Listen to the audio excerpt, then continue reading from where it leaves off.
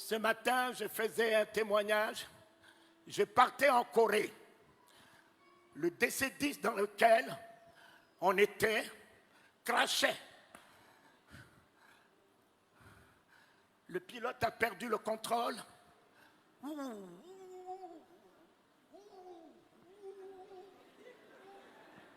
On entend dans l'avion, je vous salue Marie, je vous salue Marie, je vous salue Marie. Des prières partout. Les hôtels, tout le monde partait. Un petit sommeil m'a pris.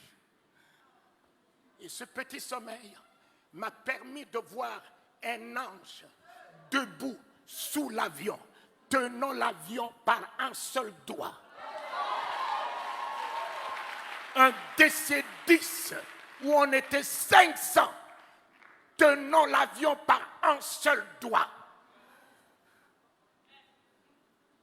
Un autre ange sur l'avion, il a déployé ses ailes, assurant la sécurité de l'avion. Je me réveille et je chante. À toi la gloire, ô ressuscité, à toi la victoire pour l'éternité. À toi la gloire, ô ressuscité. À toi la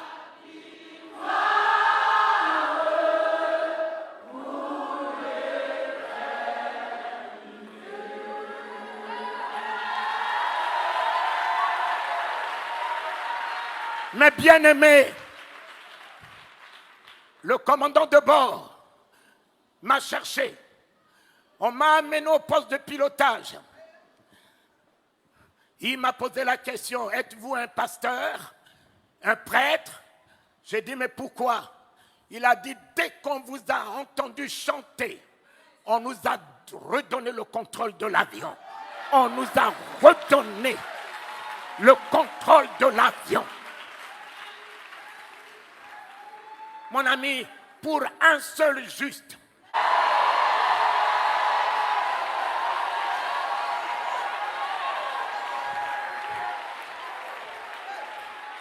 tu es le seul juste dans ta famille. Dieu gardera ta famille à cause de toi. Dieu préservera ton foyer à cause de toi. Dieu préservera tes entreprises à cause de toi. Soit la grâce de ta famille, soit le salut de ta famille, soit la victoire de ta famille, soit la bénédiction de ta famille, soit la bénédiction des nations. Oh Éternel, pour un seul juste, on était 500 dans ce DC-10. Et ils m'ont retenu par peur dans la cabine.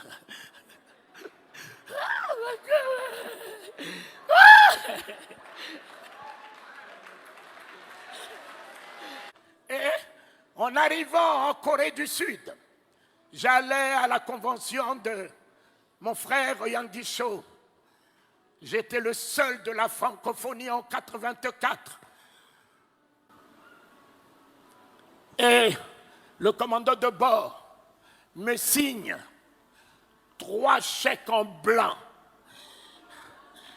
Il me dit, connaissez-vous la valeur d'un avion? C'est vous qui l'avez sauvé. Connaissez-vous combien l'assurance devait débloquer pour 500 vies qui seraient en péril? Alors, nous savons que vous n'allez pas faire tomber la société.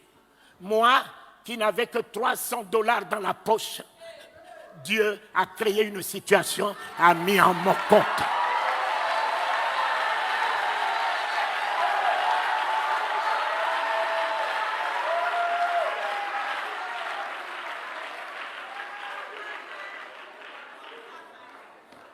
Dieu a créé une une situation, il fait concourir toutes choses à notre bien.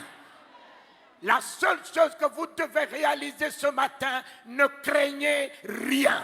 Ne craignez rien. Ne craignez rien. Ils sont tous des riens. Papa, le sida est rien. Le cancer est rien. L'hypertension est rien. Satan est rien. Les ennemis, rien.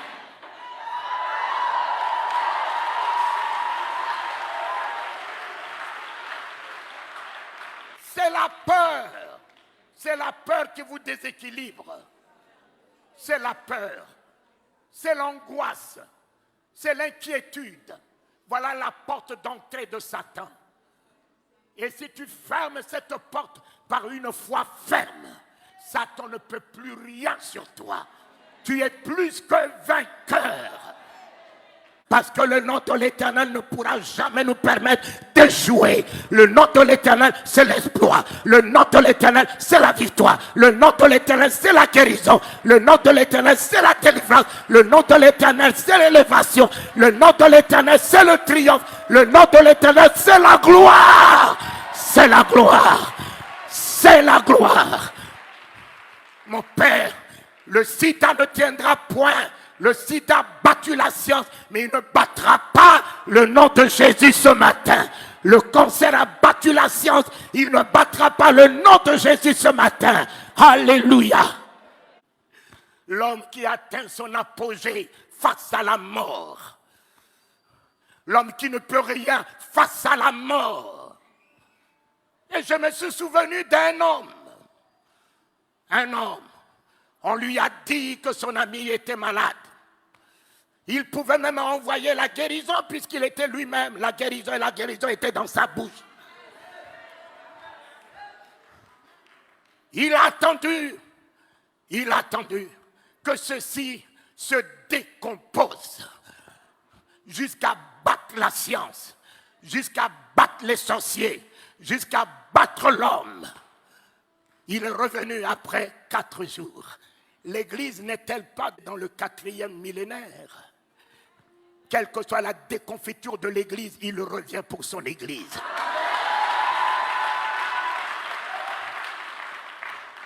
Le 4e jour s'annonce. L'Église ne sera pas ravie dans cette déconfiture. L'Église sera ravie dans la gloire, dans l'autorité, dans la puissance. Lorsque l'Église revêtira toute son autorité capable de changer les événements, de changer les circonstances, d'appeler à l'existence ce qui n'existe pas, de faire fléchir les genoux des sorciers, des augures, des magiciens, relever les défis des maladies incurables, alors c'est à ce moment qu'il reviendra chercher l'Église pour que l'Église laisse un trou dans le monde. Il vous a donné le pouvoir de marcher sur le serpent, sur le scorpion. Il vous a donné l'autorité de son nom. Il vous a donné la puissance du Saint-Esprit. Il est en vous, il est avec vous. Ce n'est plus lui. C'est à vous de vous lever et dire, nous relevons le défi. Nous changeons les événements. Nous changeons les circonstances. C'est ce que Dieu attend de l'Église. L'Église n'est pas un bâtiment, c'est bien toi. Dieu parle avec ta bouche. Dieu guérit avec tes mains. Dieu sauve avec toi. Alléluia!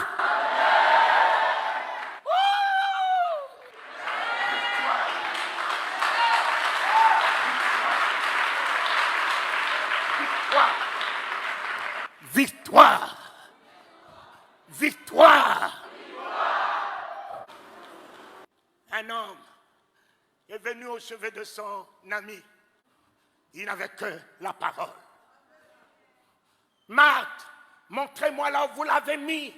Seigneur, ne va pas là-bas, il est pourri. Lazare dort. Lazare dort. Quel langage! Quel langage! Nous étions là. Nous l'avons vu mourir. Quel est le genre de ce prophète? Il n'était pas là. Il vient nous dire que Lazare dort. Il dort où? Mon ami, la foi a un langage. L'Église doit avoir un langage. L'Église ne doit pas parler le langage des événements. L'Église ne doit pas parler le langage des circonstances. L'Église doit être au-dessus des événements, au-dessus des circonstances. Tout va bien.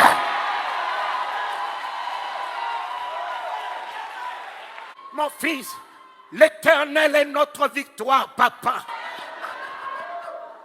David l'a engagé. Il a pris la tête de Goliath même avant que la pierre puisse partir. Il avait déjà gagné le combat. L'Éternel me donnera la tête de cet incirconcis. L'Éternel me donnera la tête de cet incirconcis. Je couperai sa tête. Il n'avait pas d'épée. Il a pris l'épée de l'ennemi lui-même pour lui couper sa tête. Soyez heureux, peuple de Dieu. Même si vous pensez qu'un jour, vous avez alors jeté la Bible, où est l'Éternel? Où est l'Éternel? Mon ami, il est à l'œuvre. Il est à l'œuvre. L'Éternel aujourd'hui est à l'œuvre. Réjouissez-vous. Même si les choses se décomposent, il le récupérera. Même si ta situation se décompose, ne t'en fais pas, garde que la foi.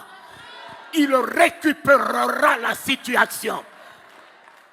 Il transformera la situation en ta faveur. Mais aujourd'hui, tu peux me parler de Jésus comment? Toi là, tu n'as que des versets. Tu n'as que la Bible déclare. La Bible déclare, mais Jésus n'est pas la Bible. Jésus est la parole de Dieu.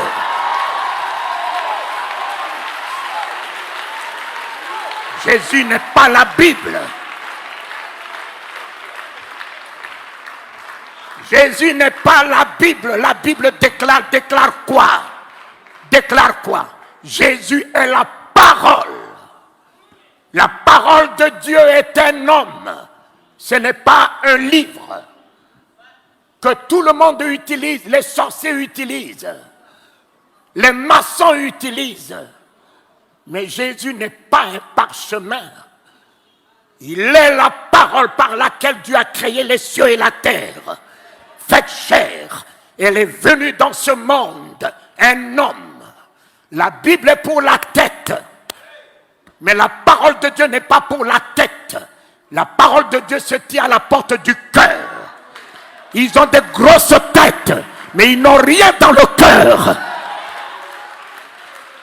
Papa, ils ont des grosses têtes, des versets, des chapitres, des prophéties, de ci, de ça. Mais ils n'ont rien dans le cœur. Mon ami, le jour où la parole de Dieu rentre dans ton cœur, tu n'as plus de place pour la haine. Tu n'as plus de place pour la rancœur. Tu n'as plus de place pour la colère. Tu n'as plus de place pour l'hypocrisie. Tu n'as plus de place pour parler du mal de quelqu'un. Tu n'as plus de place pour penser du mal de quelqu'un. La parole de Dieu dans mon cœur est l'amour, est la bonté, est la générosité, est l'humilité, est la grâce, est la compassion. La parole de Dieu dans ma vie, dans mon cœur, est la vie,